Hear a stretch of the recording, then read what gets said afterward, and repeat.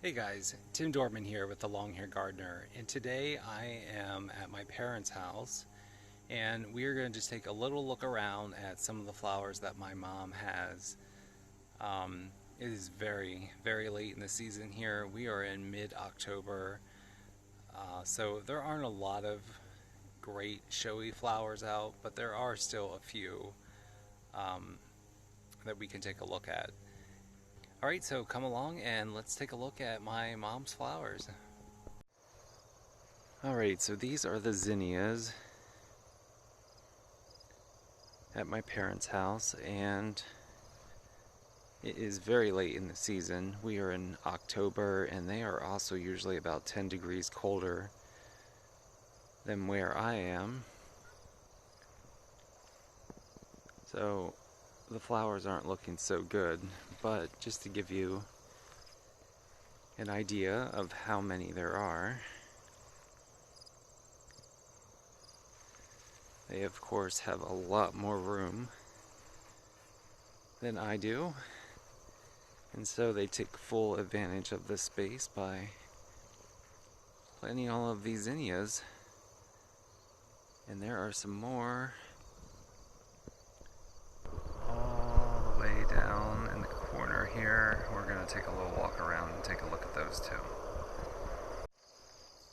Alright, here we are approaching the next section of zinnias.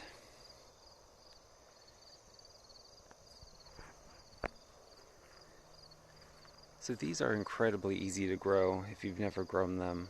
Once the flower has finished blooming, all you have to do is, so this one's dead, all you have to do is just take these flowers off, let them dry, and then all of these things in here, here's right above my thumb, these little black flecks, these are the seeds. So all you have to do is walk around and collect all of the seeds, let them dry, save them for next year, and as you can see, you can get a whole bunch of flowers.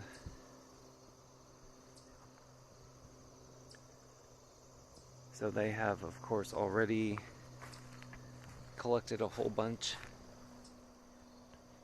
of seeds so that they can plant these again next year. And by planting, I just mean taking these flower heads, breaking them up like this, and just throwing them all over the ground. And that's all the effort that you really have to make until they grow and start to get a little height to them. You may have to come in and pull out a couple weeds here and there, but once they all start growing, the weeds really aren't too much of a problem. There's a grasshopper just hanging out on this zinnia. So it's a little rainy day, and it's a little cool too.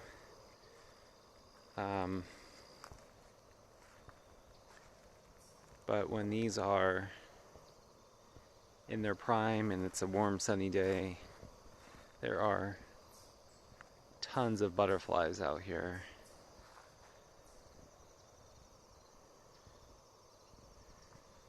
Alright, we'll zoom in here on just a couple more. Again, end of the season, so they're all looking a little rough, and we are actually going to go through here and pull all of these out today because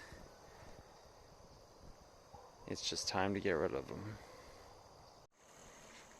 Alright, Mom has a ton of these. I'm just going to come in for a closer look. As you can see, there are bugs everywhere.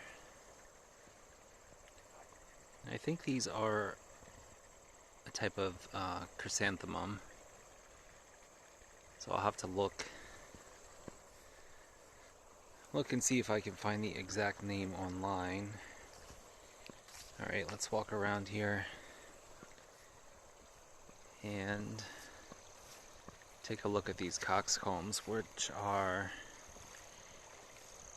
incredible. So I'm just going to put my hand in here so you can get a sense of the scale. They are all gigantic.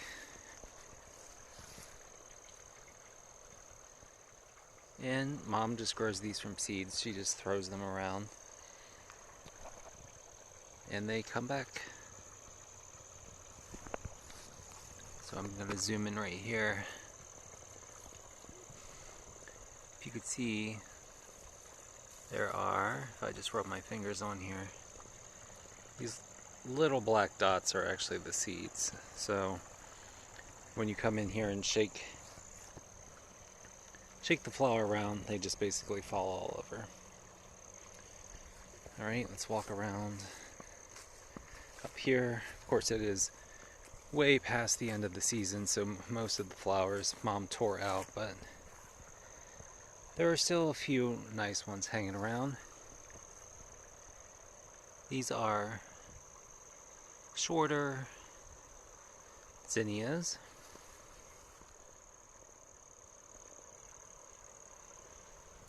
And she has a really nice butterfly bush right here. Oh, and there's a butterfly on it. Right there. See some more of those zinnias. But the butterfly bush is pretty big. And it smells amazing every time you walk by it. These are some garden phlox, but they are no longer blooming. And some more of those shorter zinnias, just in a yellow color. Alright, let's walk around one more flower. I'm gonna have to look this one up and put the name on the screen, because I can't think of it right now, but look how huge this plant is. And she grows it from seeds. She probably had about 4 or 5 of them. This is the last one standing. Alrighty. Right in here, Mom has a gigantic sweet potato vine. And then this coleus, which this is the same coleus that I had in my backyard.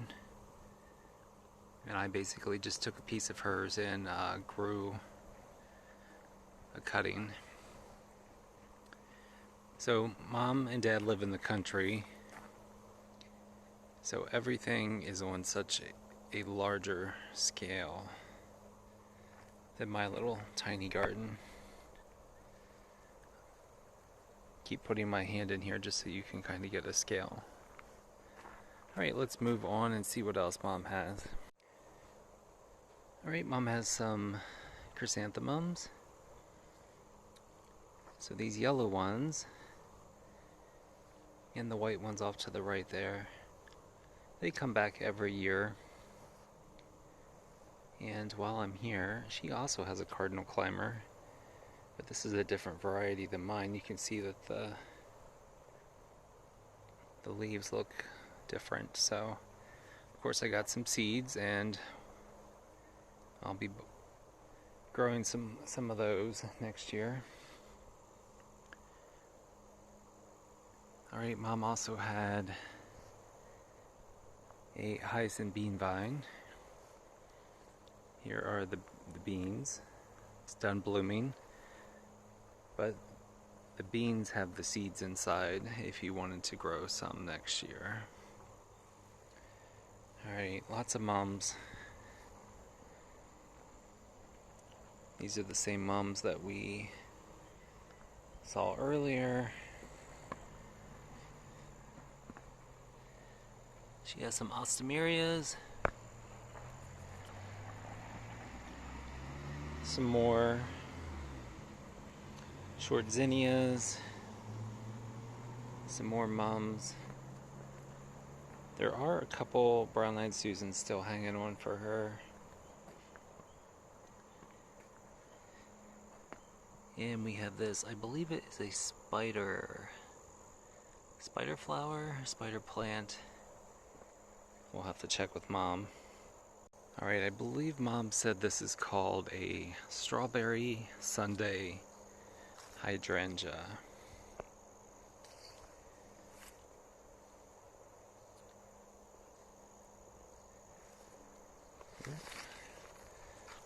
Got distracted there. I think a bee just landed on me. So you can see it has this nice variation of color. Got the pink on top and then this lighter color on the bottom. Alright, I was getting attacked by the bees, so I had to stop abruptly, but I want to say thank you for watching. Hope you enjoyed the little mini tour of my parents' garden. Hope everybody is having a great fall, and I will see you soon in the next video.